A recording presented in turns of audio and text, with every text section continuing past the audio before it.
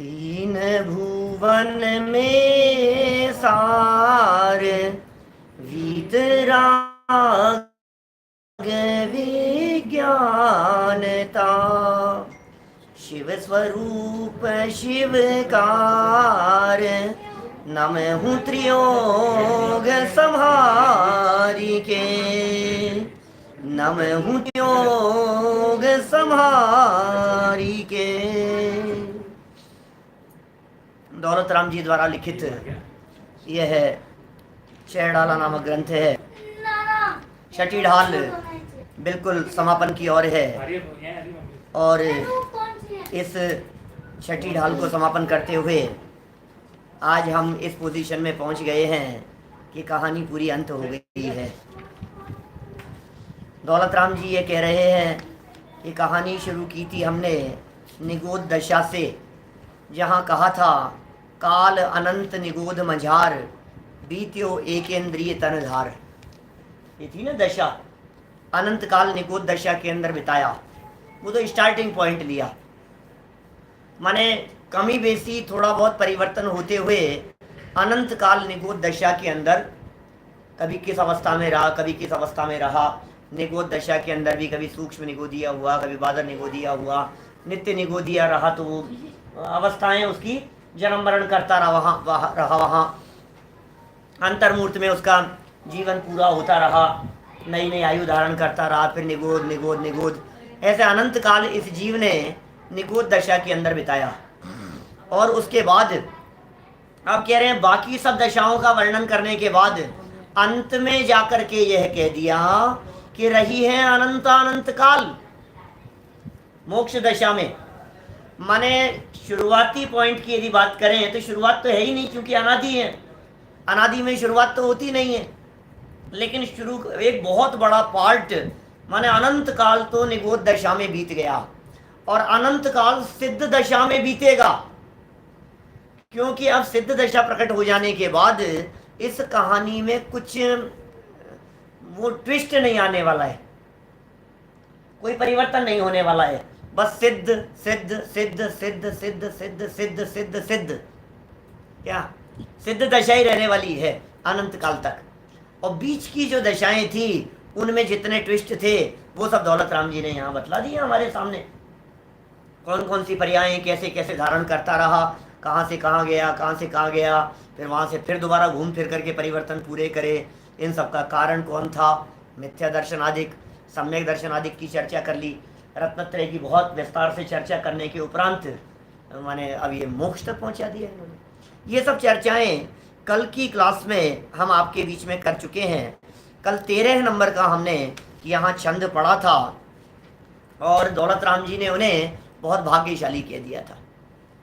धनी धन्य है ये जीव, वे जीव बहुत भाग्यशाली हैं जो मनुष्य जन्म प्राप्त करके जिन्होंने ये काम किया, ये उत्तम कार्य है, करने योग्य।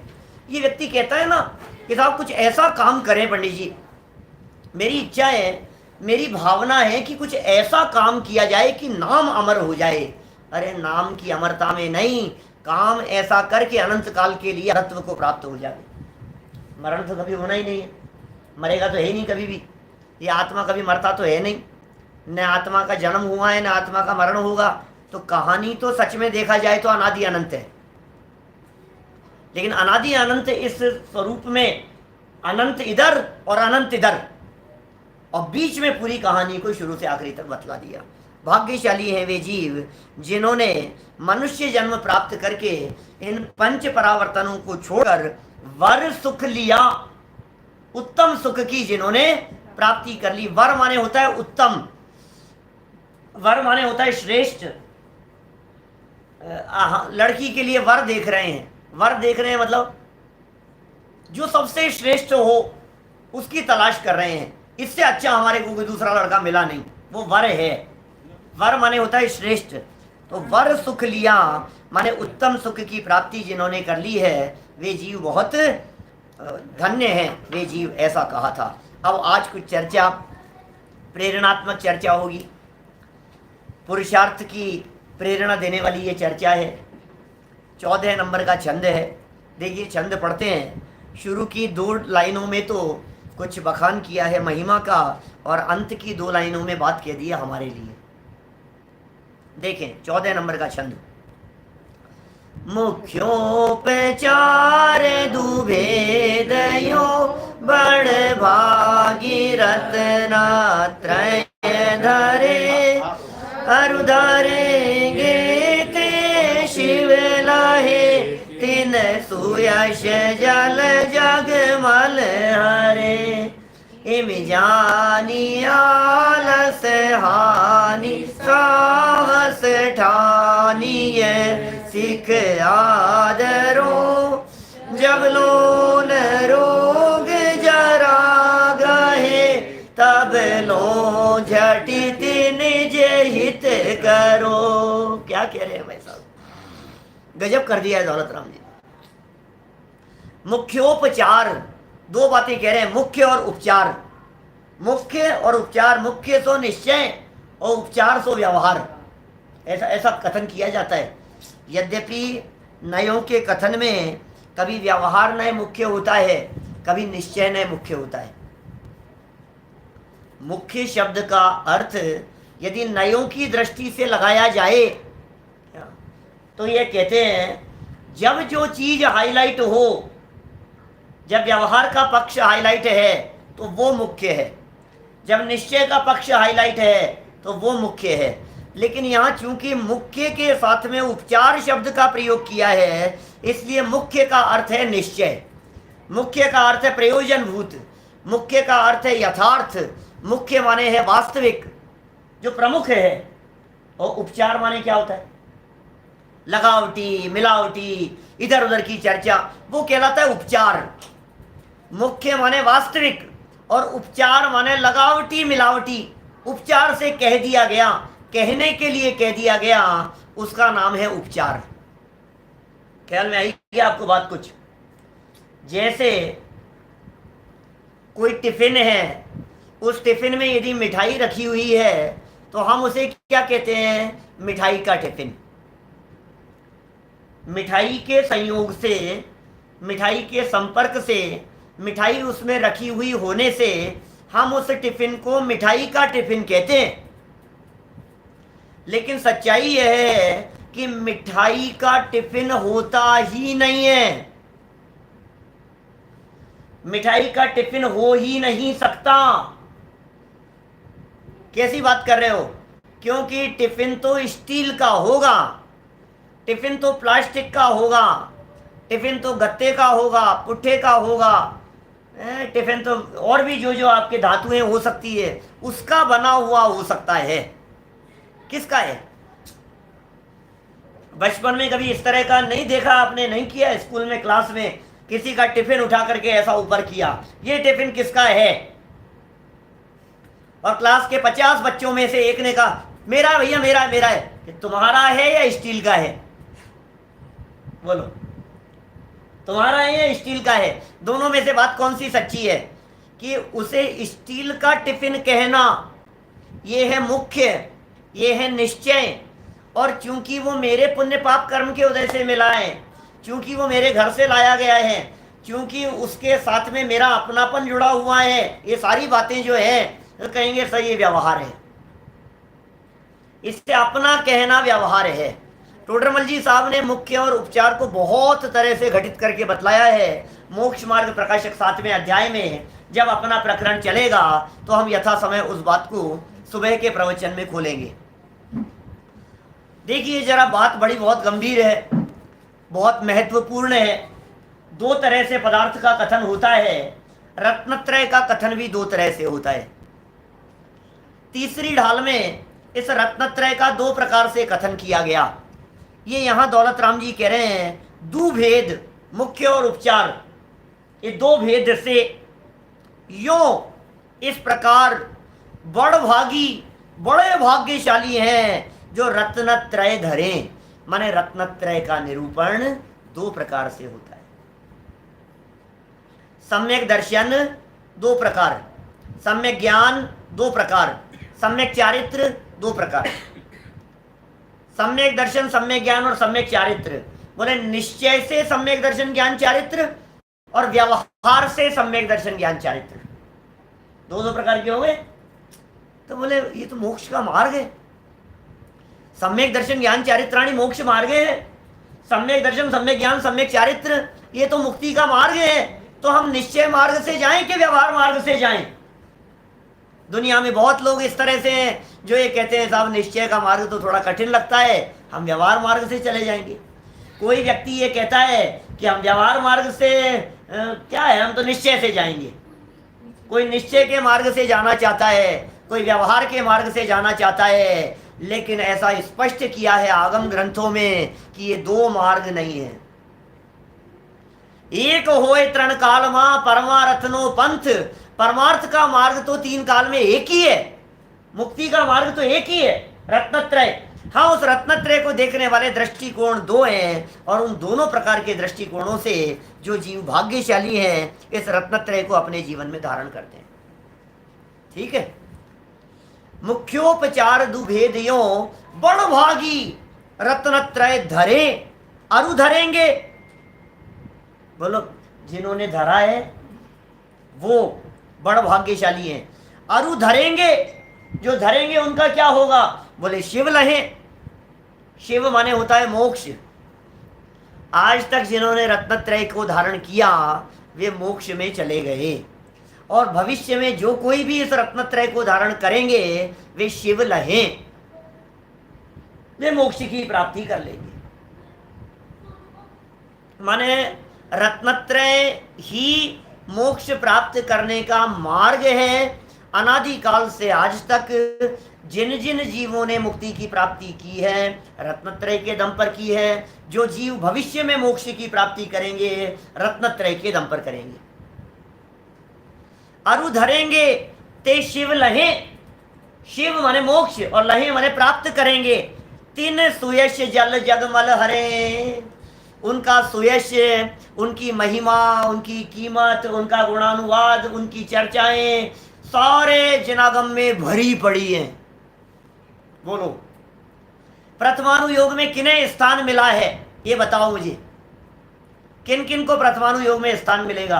अरे अंजन जैसे चोर को भी, सप्त व्यसनों में पारंगत रहने वाले व्यक्ति को भी यदि जिनवाणी में स्थान मिल गया तो उसके पीछे कारण एक ही है कि उसने उन सप्त व्यसनों को छोड़कर रत्नत्रय को धारण कर मुक्ति की प्राप्ति की। जिनवाणी भरी है। अंजन चोर की चर्चा करो, चाहे विद्युत चोर की चर्चा करो, चाहे राजा महाराजाओं की चर्चा करो, वे राजा महाराजा नहीं जो चतुर्गति में परिभ्रमण कर रहे हैं, उनकी नहीं, वे राजा महाराजा। अरे गरीब व्यक्ति की चर्चा भी होगी, भील जैसे की चर्चा भी होगी जिसने एक प्रतिज्ञा निभाई, मेंढक की चर्चा भी होगी, सियार की चर्चा भी होगी, बोलो आप, जिसने रात्रि भोजन त्याग की प्रतिज्ञा निभाई। उन सब की चर्चा, हाथी की चर्चा करेंगे। सम्यक दृष्टि हाथी, त्रिलोक मंडन नाम का एक हाथी था, जंगल में तांडव मचा रहा था, तोड़फोड़ मचा रहा था। अचानक एक मुनिराज को देख करके उसके परिणाम समझ गए, जाति स्मरण हो गया, सम्यक दर्शन ले लिया, व्रत अंगीकार किए उस हाथी ने। देखो गुणानुवाद हो रहा है, उनका महिमा बखान हो रही है। मेंढक के जीव की चर्चा मिलेगी। राजा श्रेणी के हाथी के पैर के नीचे कुचला गया और मर करके सीधा भगवान महावीर स्वामी के समो शरण में पहुंच गया। यदर्चा भावेन प्रमुदित मनादर दुर्इह क्षणादासीत स्वर्गी गुणगण समृद्धि सुख निधि लभन्ते सद्भक्ता शिव सुख समाजम किमुतदा महावीर स्वामी नयन पथगामी भवतु। मेंढक के गीत गा दिए, शेर के गीत गा दिए। शास्त्रों को उठा करके देखो आप, कहीं जम्बू स्वामी की कहानी लिख रहे हैं, कहीं सेठ सुदर्शन की कहानी लिख रहे हैं। क्या है ये चक्कर? आखिर इन सबको क्यों स्थान मिल गया और हमें स्थान क्यों नहीं मिला? उसका कारण एकमात्र यह है कि जिन जीवों ने रत्नत्रय को धारण किया और जो जीव इस रत्नत्रय को धारण करेंगे उनकी यशः कीर्ति, उनकी प्रशंसा, वे पुराण पुरुष हो जाते हैं। तीन सुयश, उनका सुयश, उनकी यशस कीर्ति सारे जगत में फैलती है। और उनके सुयश के संदर्भ में क्या कह रहे हैं? तीन सुयश जल उनकी वो महिमा रूपी जल जग मल हरे, जगत के मल को हरण कर लेने वाले हैं। बोलो आप, समझ में आ रही है बात? संसार का जो मल है, संसार की जो मलिनता है, संसार की जो विकृति है, संसार में जो जन्म मरण और राग द्वेष है, इन सब को हर लेगा कौन? ये महिमा किसकी है? बोले ये रत्नत्रय की महिमा है।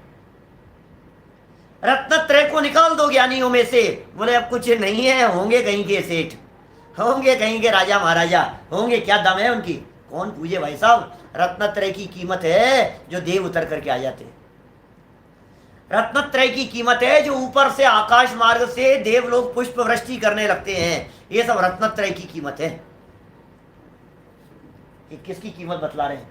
तो ये कह रहे हैं भाई साहब सुनो, अब यदि तुमने इसकी महिमा को जान लिया हो, तुमने यदि इस रत्नत्रय की महिमा को जान लिया हो, तुमने यदि इसके सुयश की कीमत को समझ लिया हो, जग सुयश जल और जग मल हरे, जगत के मल को, जगत की मलिनता को हर लेने वाली यदि तुमने इस स्वरूप को समझ लिया हो, तो दौलत राम जी हमारे को कुछ आदेश देना चाहते हैं, दौलत राम जी हमारे को कुछ संदेश देना चाहते हैं, दौलत राम जी हमारे को कुछ प्रेरणा देना चाहते हैं। सुनो सुनो सुनो, ये क्या सुना रहे हो? कि अभी तक जितनी कथा हमने सुनाई है तुम्हें पसंद आई कि नहीं आई? अरे बहुत पसंद आई। तो इस पूरी कथा को सुन लेने के बाद, इस पूरी स्टोरी और पूरी कहानी को सुन लेने के बाद अब तुम्हारा मन क्या करता है? बोलो विलेन जैसा बनना है या हीरो जैसा बनना है? पूछो बच्चों से, है ना? कहानी खत्म करने के बाद में कहेंगे कि नहीं, आखिर मॉरल तो बताएंगे ना कि साहब दौलत राम जी आपने ये जो शेडाला के अंदर पूरी कहानी बतलाई है, इस पूरी कहानी का मॉरल क्या है? शिक्षा क्या मिली हमारे को? अब अंत में कहना क्या चाहते हो? कि साहब हम कुछ नहीं कह रहे, तुम बताओ। तुम्हें हमने ये पूरी मूवी दिखाई, पूरी रामायण पढ़ करके बतलाई, अब तुमने इससे क्या सीखा? देखो भाई, ये कहानी खत्म कर रहे हैं, तुम ऐसा मत करना जैसा उन पंडित जी के साथ में उन लोगों ने किया था, वैसा मत करना, ठीक है ना? तो सावधान रहना आप कि साहब क्या किया था, कौन से पंडित जी के साथ में बता तो दो आप। आपको पता नहीं है, एक पंडित जी ने एक गांव में जाकर महाभारत का पाठ पढ़ा और वहां उस गांव में जाकर के गांव के लोगों को इकट्ठा किया और रोजाना महाभारत का पाठ पढ़ते थे, सुनाते थे, पूरी कथा सुनाते थे, गा गा करके पूरा गीत सुनाते थे। अब पूरी जब महाभारत की कथा समाप्त हो गई, 4 महीने लगे उनको पूरा सब कुछ समझाने में, और उन्होंने सब कुछ समझाया। तो समझाने के बाद में फिर उन्होंने पूछा क्या कि भाई ये राय तो ले ले, कैसी लगी आपको ये हमारी ये महाभारत कैसी लगी? तो उन्होंने पूछा किसी व्यक्ति से, किसी सज्जन व्यक्ति से। तो बोले एक लेडी थी वहाँ खड़ी थी, या समझो आप कुछ लड़के लोग खड़े हुए थे, उन लोगों से चर्चा की इस प्रकार की कि भाई बताओ तुम्हें ये सब कैसी लगी हमारी महाभारत? 2-4 लड़के खड़े हुए थे, उन्होंने कहा पंडित जी लगी तो बहुत अच्छी, लेकिन थोड़ा देरी से आए। कि क्या हुआ? कि अभी कुछ दिनों पहले ही क्या हमारे पिताजी ने बंटवारा किया है, यदि आपकी कथा हम पहले सुन लेते तो हम कोई कौरवों से कम थोड़ी ना थे, एक फूटी कौड़ी नहीं लेने देते। पंडित जी का माथा घूम गया, बोले यार ये क्या बात कर रहा है, ये कैसी बात कर रहे हैं ये लड़के लोग, ये ना समझ है, ये समझते नहीं है, ये समझ नहीं रहे हैं। मैंने इतनी मेहनत करके इतनी सब बातें बतलाई और इनके समझ में नहीं आ रही है, ये गलत गलत पकड़ लिया इन्होंने बात को। तो उन्होंने सोचा किसी और से पूछना चाहिए, तो बोले किसी और से पूछा उन्होंने। तो बोले किससे पूछें? तो सोचा किसी से पूछो, किसी औरत से। तो किसी औरत से पूछा, कोई अम्मा जी थी, बुजुर्ग अम्मा जी थी, उनसे पूछा कि अम्मा जी ये जो महाभारत की कथा चली आपको कैसी लगी? तो अम्मा जी ने कहा बेटा कथा तो बहुत अच्छी सुनाई तूने, लेकिन यदि तू कुछ सालों पहले आ जाता तो मैं भी द्रौपदी की जैसे 5-5 पति रखती और फिर भी सती कहलाती। माने मेरा कहने का मतलब यह है, उपदेश ग्रहण करने वाले व्यक्ति क्या क्या उपदेश ग्रहण कर रहे हैं, आपके द्वारा कथाई बनाई गई सुनाई गई कथा में से वे किस बात को ग्रहण कर रहे हैं, ये बहुत महत्वपूर्ण है। आपने पूरी कहानी देखी और पूरी कहानी देखने के बाद में आपको मिला क्या इसमें से, ये बतलाओ। निष्कर्ष मिला कि नहीं मिला? ये सब मिला ना, हमने सीखा ना ये सब कुछ, हम लड़ाई झगड़ा करना सीखा, हमने ये सीखा, हमने वो सीखा। समझ में आ रही है बात? एक और कोई सज्जन बुजुर्ग व्यक्ति मिले, उनसे पूछा कि यार तुम्हारे गांव में तो ऐसा, मैंने उनको ये कहा, उन्होंने ये जवाब दिया, इन्हें जवाब दिया, बाबूजी आप थोड़े समझदार दिखाई देते हो, आप ही बताओ कोई अच्छी बात। आखिर 4 महीने हमने यहाँ इतना काम किया है, कुछ तो बताओ। कि बेटा बात तो तुमने बहुत अच्छी बतलाई, लेकिन अभी 2 महीने पुरानी बात है, दिवाली निकली है और ऐसा मौका लगा था कि एक बहुत अच्छा दाव आया था और अच्छा पैसा कमाने का मौका था जुआ में। तुम्हारी कहानी पहले सुन ले, पत्नी से मांगा मैंने और उसने दिया नहीं, और तुम्हारी कहानी पहले सुन लेता तो गहन पत्नी सहित गहनों सहित पत्नी को भी दाव पे लगा देता। देखो आप, महाभारत सुन सुन करके कौन कौन आदमी कैसी कैसी बातें ग्रहण कर रहा है, ये जगत की ऐसी स्थिति है। तो दौलत राम जी ने ये कहानी सुनाई, भैया आपने क्या सीखा ये बतलाओ। दौलत राम जी की इस कहानी से आपको क्या सीखने का मौका मिला? कोई भी स्टोरी, मूवी देखने के बाद पूछते हैं ना, कहानी सुनाने के बाद में पूछते हैं बच्चों से, बताओ बच्चों क्या सीखा तुमने। ऐसे ही दौलत राम जी पूछ रहे, बताओ तुमने क्या सीखा? कि साहब हमने तो ये सीखा कि है ना, व्रत अंगीकार करके स्वर्ग में चले जाएंगे। कि हो गया न्याय। कहा था ना कि वो 16 स्वर्ग, चौथी ढाल के अंत में जो लाइनें कही थी, क्या स्वर्ग 16 उपजावे तैते चैन अर्जन में पाए। तो स्वर्ग 16 स्वर्ग जाएंगे हम तो। कि भैया तूने कहानी को ढंग से पढ़ा नहीं, तूने इसकी बारीकियों को समझा नहीं। इसलिए पूरी कथा सुनाने के बाद अब दौलत राम जी यहाँ ये कह रहे हैं कि सुनो, यदि तुमने इस पूरी रत्नत्रय की महिमा को जान लिया हो, यदि इस रत्नत्रय की महिमा को जानकर तुम्हें निर्वाण प्राप्त करने की भावना हो, अनंत काल तक अक्षय अनंत और अपूर्व सुख प्राप्त करने की भावना हो, तो क्या करना? अंतिम 2 लाइनें अपने लिए उपदेश।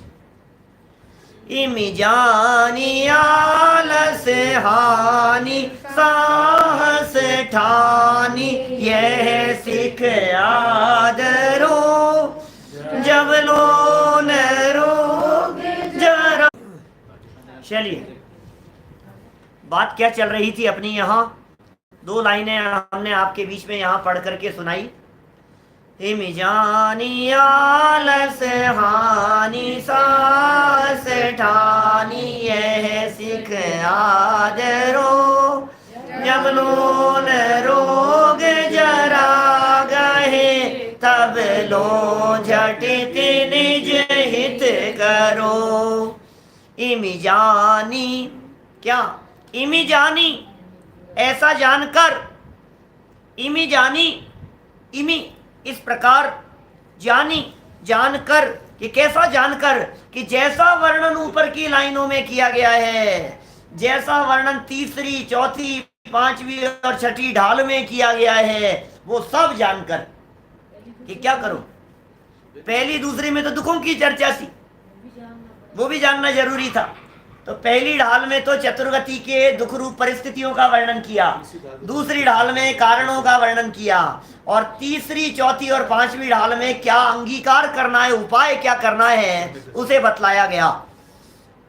तो ये कह रहे हैं ऐसा जानकर, इमी जानी, और आलस हानि, आलस छोड़ो, प्रमाद छोड़ो, आलसी मत बनो, उलझो मत, भोगों में मत उलझो, जगत के विषय कषाय के चक्करों में मत उलझो, प्रमादी मत हो, सोते मत पड़े रहो। समझ में आ रही है बात? ख्याल में आ रही है? सोते मत रहो, आलसी मत बनो। ये कितना आलसी है। देखो दुनिया के हर काम में पुरुषार्थी दिखाता है, मैं बहुत पुरुषार्थी हूँ, मैं बहुत पुरुषार्थी हूँ। और जब ये धर्म कर्म की बात आ जाती है, जब ये स्वाध्याय की बात आ जाती है, मानो कहीं नींद नहीं आए और स्वाध्याय में आकर के ही नींद आती है। ऐसे कितने लोग दिखते हैं बोलो। कहीं भी नहीं आती है नींद, इधर ले जाओ उधर ले जाओ, दुनिया भर में उसको कहीं भी घुमाओ। अभी और प्रवचन शुरू होते ही नींद शुरू हो जाती है, और प्रवचन खत्म होते ही नींद भाग जाती है। ये क्या चक्कर है? आलस मत करो, सुनने में आलस मत करो, समझने में आलस मत करो, रत्नत्रय को धारण करने में प्रमाद मत करो।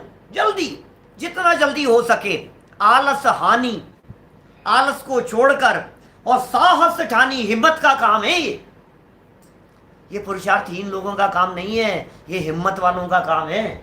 आप में है हिम्मत रत्नत्रय को धारण करने की? पुरुषार्थी कहते हो ना आप, हमने ये किया हमने वो किया, अरे आपको पता नहीं है हमने कितने बड़े बड़े काम किए हैं कि तुमने किए होंगे बड़े बड़े काम। यहां ये कह रहे हैं बड़भागी तो वो हैं जो रत्नत्रय को धरते हैं। बड़भागी मतलब बड़े भाग्य वाले। आपको ध्यान है एक पहले 5वीं डाल के अंदर कहा था, मुनि सकल व्रती बड़भागी। मुनि राजियों को वहां भी सकल व्रतियों को बड़भागी कहा था, और यहां कह रहे हैं रत्नत्रय को धारण करने वाले बड़भागी हैं। इसका मतलब दुनिया में बड़े भाग्य वाले तो एकमात्र मुनिराज ही होते हैं। भाग्यशाली तो रत्नत्रयधारी भावलिंगी संत ही होते हैं, और कोई नहीं होता है बेटा।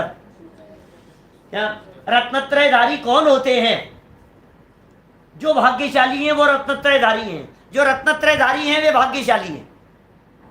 इसके अलावा कुछ भी पद मिल गया, मान सम्मान मिल गया, राष्ट्रपति से सम्मान किया गया, स्वयं राष्ट्रपति बन गया, बोलो कैसा लगता है आपको? अरे साहब गजब हो गया, क्या भाग्यशाली है।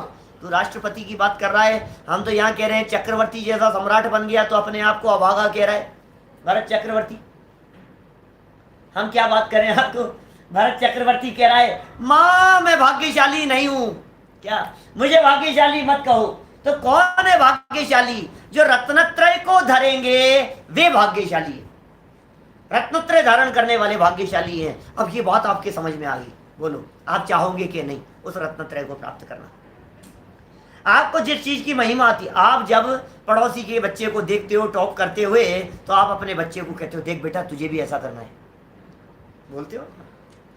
आप किसी रिश्तेदार के बच्चों को देखते हो, आप किसी को देखते हो, आपको मोटिवेशन मिलता है इस जैसा बनना है, इस जैसा बनेंगे ऐसा होगा, वो देख कितना भाग्यशाली है, वैसा काम करूंगा मैं भी, इन जैसा बनूंगा मैं। किसी वक्ता को देखते हैं, किसी व्यक्ति को देखते हैं, ऐसा लगता है इन जैसा इन जैसा इन जैसा। तो पूरी कहानी सुनाने के बाद दौलत राम जी कह रहे हैं तू सिद्ध भगवान को देख, तुझे लगता है इन जैसा? हाँ इन जैसा। तो रत्नत्रय धारण कर। कि क्या करना पड़ेगा रत्नत्रय धारण करने के लिए? इमी जानी, ऐसा जान पहले तो काम क्या करने योग्य है। निश्चय रत्नत्रय और व्यवहार रत्नत्रय, इन दोनों का स्वरूप समझ। अपनी आत्मा को जानना, अपनी आत्मा को पहचानना और अपनी आत्मा में समा जाना, इसका नाम तो है निश्चय रत्नत्रय। और इसके साथ होने वाला जो विकल्पात्मक अवस्था है उसका नाम है व्यवहार रत्नत्रय। और भूमिका अनुसार उसके अनुसार बाहर में होता है आचरण, शरीर की प्रवृत्ति। ख्याल में आ रही है बात? 3 चीजें हो गई। नंबर 1 निश्चय रत्नत्रय, पर द्रव्यंते भिन्न, आप में रुचि सम्यक्त्व बलाएं, आप रूप को जान पनोसो सम्यक ज्ञान कलाएं, और आप रूप में लीन रहे थिर। हे आलस को छोड़ो और साहसी हो जाओ, और यह सीख आदरो। हम एक सीख दे रहे हैं तुम्हारे को, दौलत राम जी की सीख है भाई साहब, अंतिम सीख है, अंतिम शिक्षा है। ध्यान रखना, ध्यान से सुनना। क्या कह रहे हैं दौलत राम जी? शिक्षा दे रहे हैं आपको। आप भले मानुस दिखाई दे रहे हो इसलिए शिक्षा देने का भाव आ रहा है। क्या आप सज्जन व्यक्ति दिखाई दे रहे हो इसलिए मन कर रहा है कि आपको कोई पते की बात बतला दूं। आप हमारे पास, दौलत राम जी एक बात बतलाओ यार, बहुत लंबी हो गई शेरडाला। अब इतने लंबे 100-125 छंद लिख दिया आपने, 100 से ज्यादा छंद है, 105 छंद है। अब ये इतने छंद आपने लिख दिए इस शेरडाला में, इनमें कोई सारभूत बात बतला दो ना, करने योग्य काम क्या है, क्या क्या करें। अब आपने तो कहा था अनर्थ दंड नहीं होना चाहिए, आपने तो कहा दिग्व्रत और देश व्रत और 5 अणु व्रत और 28 मूल गुणों में न मालूम कौन कौन से सारे दुनिया भर की चर्चाएं कर रहे हो। क्या कितने दुनिया भर की चर्चाएं चल रही है। तो दौलत राम जी ये कह रहे हैं कि सुनो, जब लो न रो, जब लो माने जब तक, न माने नहीं, रोग और बुढ़ापा ग्रहण कर ले ले। ये बहुत महत्वपूर्ण बात है। आज पांचों इंद्रियां स्वस्थ दिखाई दे रही है, आप कितने भाग्यशाली हैं। हमें हमारे भाग्य की कल्पना नहीं है। बड़े भाग्यशाली तो नहीं है, लेकिन इतने भाग्यशाली तो हैं कि रत्नत्रय प्राप्त करने के लिए हमारे को सारी साधन सुविधाएं उपलब्ध हैं। आप सोचिए, बैठे ठाले अभी यहाँ बैठे हुए हैं और बैठे बैठे ही अचानक कोई बीमारी हो गई, अब क्या होगा बोलो। रोग ने आकर के घेर लिया। बुढ़ापा तो इतनी खतरनाक बीमारी है, जिस बीमारी के संदर्भ में पहले पंडित जी साहब ये कह चुके हैं, इस बीमारी के संदर्भ में अर्ध मृतक सम बूढ़ापनो। इतनी बड़ी बीमारी है बुढ़ापा, इतना खतरनाक होता है बुढ़ापा, क्योंकि बिजनेस होता नहीं है, काम धाम होता नहीं है, शरीर साथ देता नहीं है, घर के काम कर सकते नहीं है, खाट पकड़ करके पड़े रहते हैं। वो क्या क्या बोलो, क्या क्या स्थिति होती है। बच्चे पोते सुनते नहीं है, पास में बैठने को कोई तैयार होता नहीं है। कौन आकर के बैठे बताओ, बुजुर्गों के पास में कौन समय बिताए। अब टाइम कैसे पास होगा। माने ये स्थिति बहुत गंभीर है। आप सोच लो, यदि आपकी ऐसी अर्ध मृतक सम बूढ़ापनो जैसी यदि स्थिति आ जाएगी, तब तुम क्या करोगे। और सुनो, बुढ़ापा तो आएगा तब आएगा, पता नहीं कब आएगा, न मालूम कब बुढ़ापा आएगा। 20 साल बाद आएगा, 25 साल बाद आएगा। आज तो युवा दिख रहे हो ना, लेकिन आज के युवाओं से जब मैं चर्चा करता हूँ तो वो कहते हैं हमसे ज़्यादा हमारे बाबूजी फिट है। ऐसा कहते हैं युवा लोग। हमसे ज़्यादा तो हमारे दादी जी काम करते हैं, हमारे नानी जी इतना काम करते हैं, हमारे बाबूजी आज भी देखो आप ऐसे चलते हैं, बिल्कुल फिट है वो। और हमें तो ऐसे लगता है हमें तो बुढ़ापा आ गया हो, काम ही नहीं होता है, शरीर ही इतने खराब हो गए हैं, हमसे काम नहीं होता, बहुत मुश्किल है। माने आपकी जवानी अवस्था में भी बुढ़ापे जैसे लक्षण दिखाई देते हैं। कमर दर्द कर रही है, थकावट महसूस होती है, सुबह से शाम तक बिजनेस और काम धाम में इतना घिसा पिटा रहता है, रात को आता है और थक हार करके पड़ जाता है। फुर्सत कहाँ है तेरे पास में। दिन भर ग्राहकों से, बिजनेस में, व्यापार में लगा रहता है, दिन रात एक करता है। सुन भाई, अभी तो तेरी स्थिति अच्छी है। यदि तेरे को ये बीमारी ने आकर के घेर लिया, क्या तेरे यदि हार्ट की प्रॉब्लम हो गई तो बता क्या होगा। तेरे यदि किडनी की प्रॉब्लम हो गई तो बता तू क्या करेगा। क्या कोरोना की क्या बात करें अपन, ये तो कोरोना तो कब तक करते रहोगे कोरोना कोरोना की चर्चा।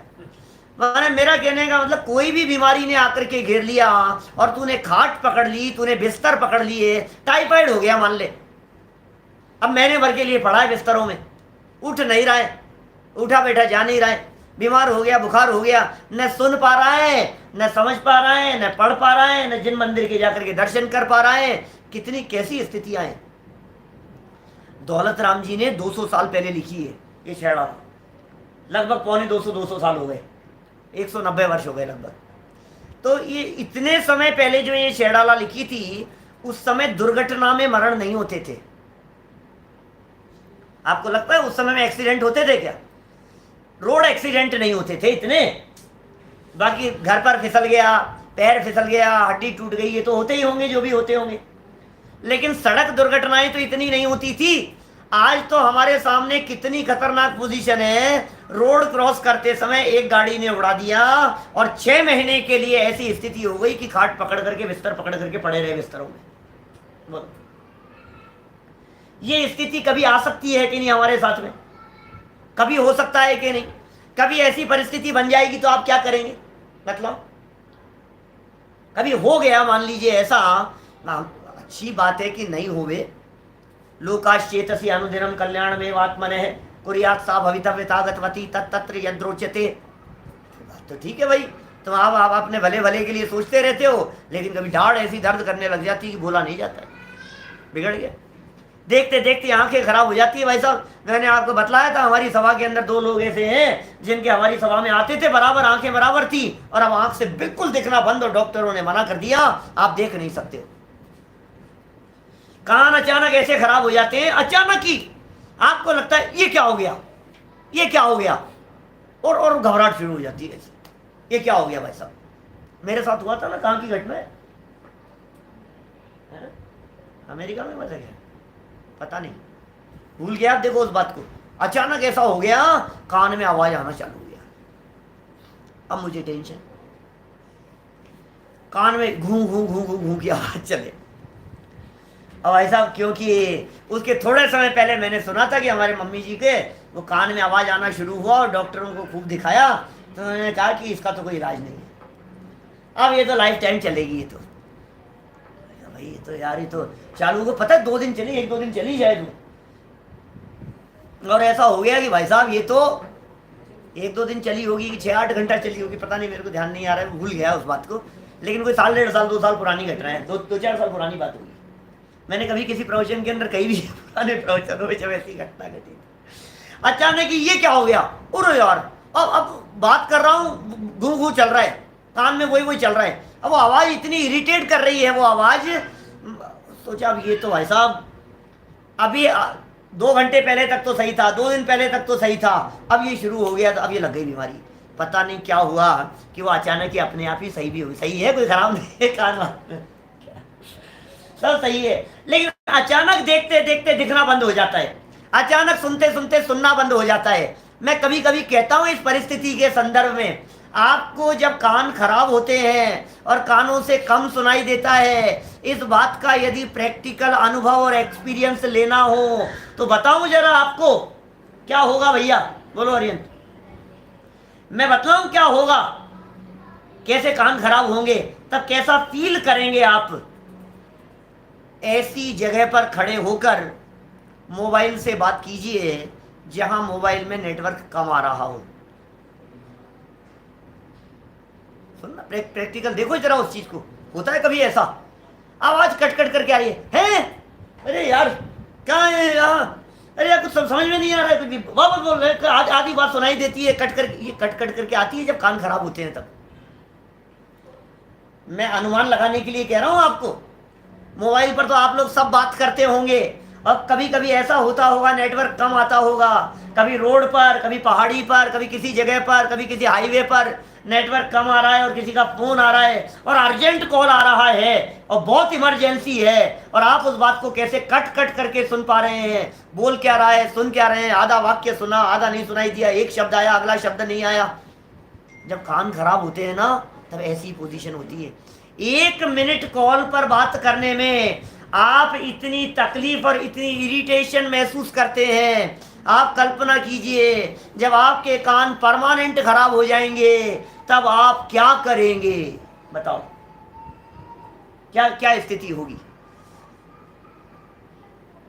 थोड़ी बहुत आंखें खराब हो जाती है, धुंधला दिखने लगता है तो आपको घबराहट लगती है, परमानेंट हो जाएगा तो क्या होगा।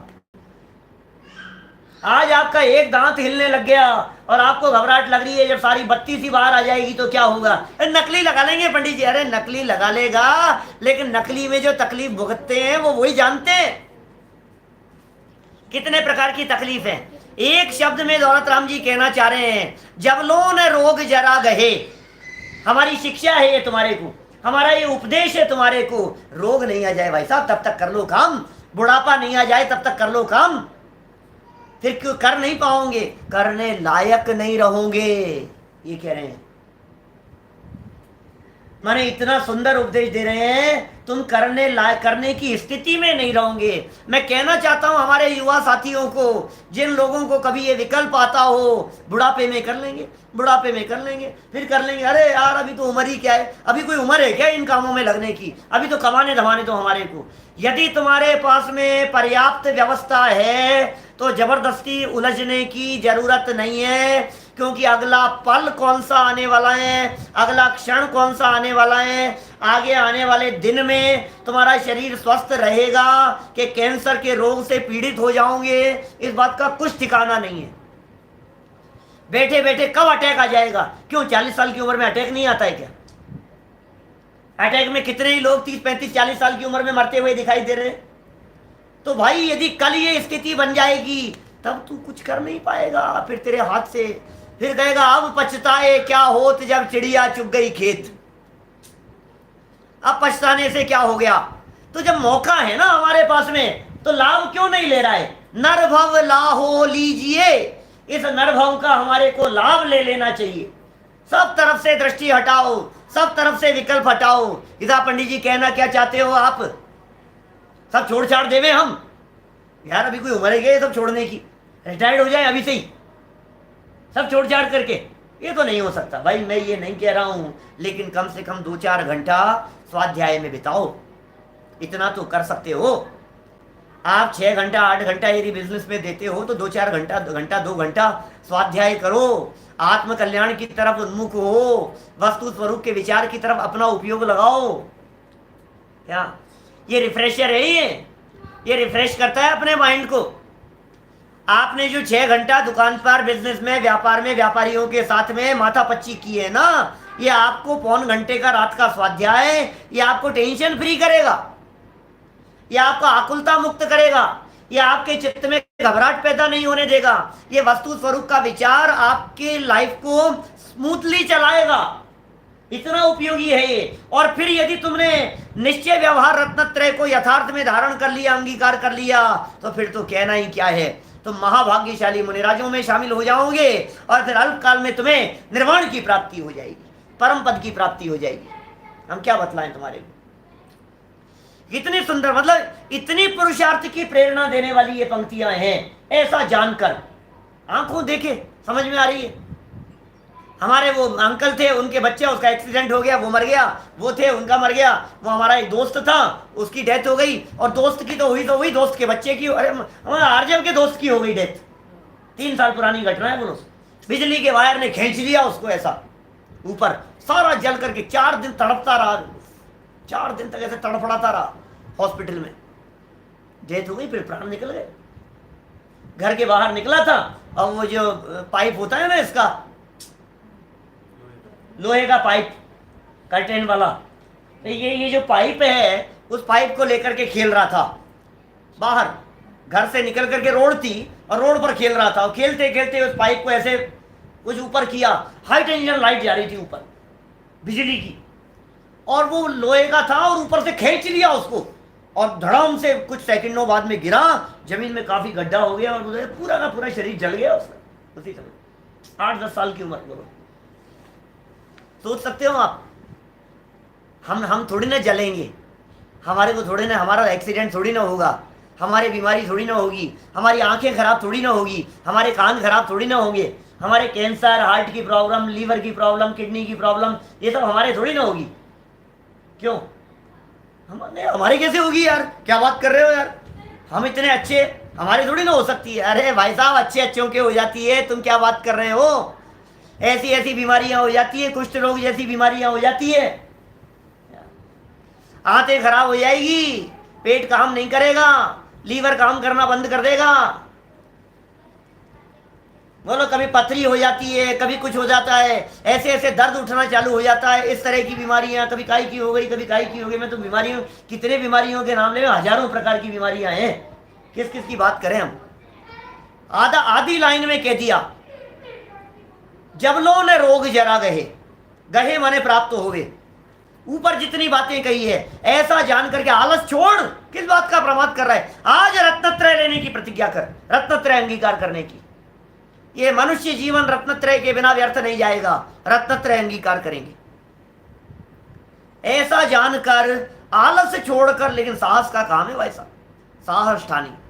ऐसा नहीं होगा, मुझे मालूम है, सुनने मात्र से कुछ नहीं होगा, लेकिन सुने बिना भी नहीं होगा। जो लोग नहीं सुनते हैं उनका तो कुछ होने वाला नहीं है, जो सुनते हैं उनका कुछ होने का चांस भी है। इसलिए कई लोग ऐसी बातें करते हैं हमसे कि साहब बातें करते हो, इससे क्या होगा पंडित जी, ये तो बताओ। और आपके सुनने वाले जो हजारों लोग हैं, वो लोग भी यही करते हैं, सुनते रहते हैं। सुनने से क्या होगा? नहीं, बहुत फर्क पड़ता है। बार बार सुनने से चोट पड़ती है, बार बार सुनने से मान्यता के ऊपर प्रहार पड़ता है। सुनो एक बार सच्ची बात, वास्तविक बात सुनो, साहस करो, फिर साहस ठानी। यह सीख आदरो, इस सीख को तुम स्वीकार करो। अंतिम उपदेश है, जबलों ने रोग जरा गहे तब तक क्या कर लेना चाहिए? झटिति जल्दी से क्या? निज हित करो, अपना भला कर लो। रोग और बुढ़ापा नहीं आए तब तक दौलत राम जी कह रहे हैं आप निज हित करो भाई साहब। ऐसे गलत फहमी में मत रहना कि तुम रत्नत्रय धारण करोगे, तुम धर्म मार्ग में लगोगे तो दौलत राम का भला हो जाएगा। तुम यदि रत्नत्रय का मार्ग अपनाओगे, रोजाना व्याख्यान सुनोगे तो डॉक्टर संजीव गोदा का कुछ भला हो जाएगा। इस गलत फहमी में मत रहना। तुम्हें यदि इन सब बातों में अपना भला भाषित होता हो तो इस कार्य में अपने उपयोग को लगाओ। क्या सोचते मत रहो, सोचते मत रहो दूसरों को देख देख करके। बहुत सुंदर एग्जाम्पल हमारे सज्जन है कि इन्होंने लिखा भी, जंगल में बैठा हुआ एक आदमी, पेड़ पर बैठा हुआ, इष्टोपदेश का उदाहरण है। इष्टोपदेश में कह रहे हैं पूज्यपाद आचार्य देव, ए देखो वो जल गया, एक पेड़ के ऊपर चढ़ा है और जंगल में आग लगी है। जंगल में लगी हुई आग को देखकर अरे यार बेचारे के कोरोना हो गया, अरे यार बेचारा देखो यार उनका जवान बेटा मर गया, अरे यार देखो वो यार वो एक्सीडेंट में मर गए। ये क्या कर रहा है?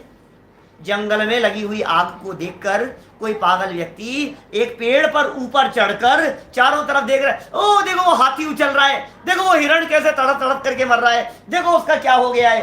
अरे भाई थोड़ी देर में ये आग तेरे ऊपर आने वाली है, ये आग थोड़ी देर में आने वाली है और तुझे भी जलाने वाली है। हम यहाँ इस मनुष्य जीवन में आए हैं तो अमर होकर के नहीं आए हैं, अमर होकर के नहीं आए हैं भाई। अपना हित यदि तुम्हें भाषित होता हो, तुम्हें यदि ये लगता हो कि इससे मेरा भला हो जाएगा, इससे मेरा कल्याण होगा, तो तुम इस कार्य को करने में आज उपयोग लगाओ, आज उपयोग लगाओ, आज उपयोग लगाओ, अभी उपयोग लगाओ। भाई थोड़ा कहा है, बहुत समझ लेना, बहुत महत्वपूर्ण और उपयोगी है। कल हम इस छेड़ाला को यहाँ संपन्न करेंगे और कुछ रिक्वेस्ट मेरे पास में आई है कि आगे दिनों में 3-4 दिन के लिए कम से कम पिछली जो ढालें बतलाई गई है, एक एक दिन में एक एक ढाल का रिवीजन कर दो। कर लेंगे 4 दिन। पहली ढाल का रिवीजन इन लाइव प्रवचनों में पहले प्रवचन में है, दूसरी ढाल में एक ही प्रवचन में दूसरी ढाल है दूसरे प्रवचन में। अब तीसरी, चौथी, पांचवी और छठी जो पिछले हमने 1.5 महीने में आपके बीच में पढ़ाई है, उसे 4 दिन में हम दोबारा पढ़ा देंगे पूरी की पूरी। कोई लोग बच गए हों आपके तो उन्हें बता सकते हैं आप। एक दिन में तीसरी ढाल, एक दिन में चौथी ढाल, एक दिन में पांचवी ढाल और एक दिन में छठी ढाल। और उसके बाद में जिस पुरुषार्थ की प्रेरणा यहाँ दी है, उस पुरुषार्थ की सिद्धि के उपाय स्वरूप ग्रंथ को प्रारंभ करने रूप श्रावकाचार ग्रंथ, उसे प्रारंभ करने की भावना है। बहुत लोगों के भाव आए हमारे सामने। बहुत सुंदर ग्रंथ है अमृत चंद्राचार्य का। नियमित हम लोग प्रारंभ करेंगे। आज की बात को यहीं विराम देते हैं। कल छेड़ाला एक प्रकार से संपन्न करेंगे, बहुत महत्वपूर्ण है। कल का भी बिंदु जो दौलत राम जी ने जो आगे बात कही है ना, ये हाँ दो छंद है, तो अंतिम में तो कुछ नहीं है, तो कल ही पूरा कर लेंगे। तो कल इसको पूरा करेंगे।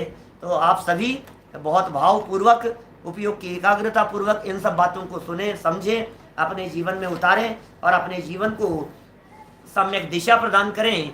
इसी मंगल भावना से मैं बात को यहीं विराम देता हूँ।